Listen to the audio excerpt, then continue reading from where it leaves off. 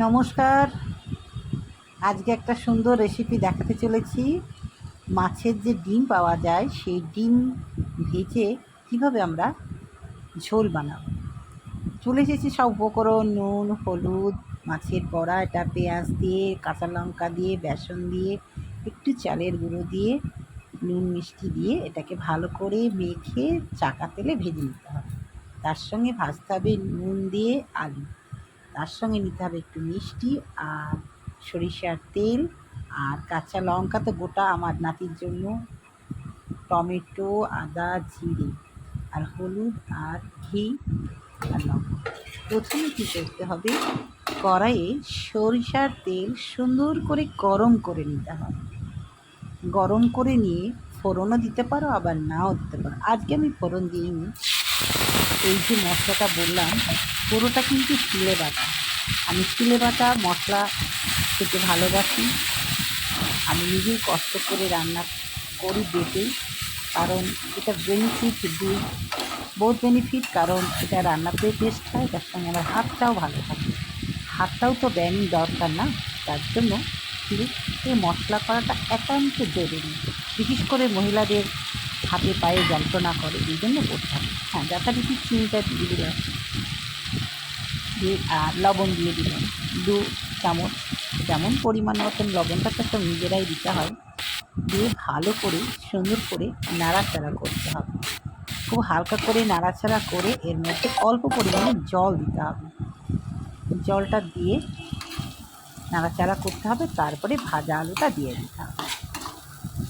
এই হালকা করে ভাজতে হবে, খুব কড়া করে ভাজলে হবে না। একান্ত হালকা করে ভেজে ডিমগুলো দিয়ে দিতে হবে। ভাজা ডিমগুলো দিয়ে সামান্য পরিমাণে একটু জল দিয়ে এটাকে নাড়াচাড়া করতেই হবে। একদম হালকা হালকা ভাজাটা যদি বেশি হয়ে যায় তাহলে কিন্তু রান্নার টেস্ট থাকে না। তার জন্য দর্শক বন্ধু, এটা হালকা হালকা ভাজতে হবে। তবে অন্যান্য বড়ার মতন এটা কিন্তু একটাই সুবিধে, যতই নাড়াচাড়া করো, যতই জলে ফোটাও না কেন, এটা ভাঙবে না। এটা একটা ভালো সুবিধা। সুন্দর করে নাড়াচাড়া করে মোটামুটি ভাজা হয়ে গেলে, প্রথমেই বলেছি খুব বেশি ভাজা হলে হবে না, কষাটা কিন্তু 75 ভাগ করতে হবে। 100 ভাগ করলে কিন্তু রান্নার অতটা টেস্ট থাকে না। মোটামুটি 75 ভাগ নাড়াচাড়া করে একটু সামান্য যখন তেল ছেড়ে দেবে মশলা থেকে, তখন কী করব, জল দিয়ে দেবো। জলটা কতটা দেব না, যতটা আলু আর ডিম আছে ঠিক ততটা পরিমাণে জল দিয়ে দিতে হবে।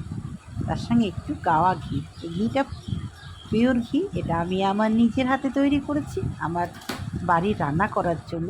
এটা আমি করি। কীভাবে ঘি করি সেটাও তোমাদেরকে একদিন দেখাবো। এই হবি ও সুলেখার সুলেখা ম্যাডাম কিন্তু দুধ নেয়, সেই দুধ থেকেও ঘি করে।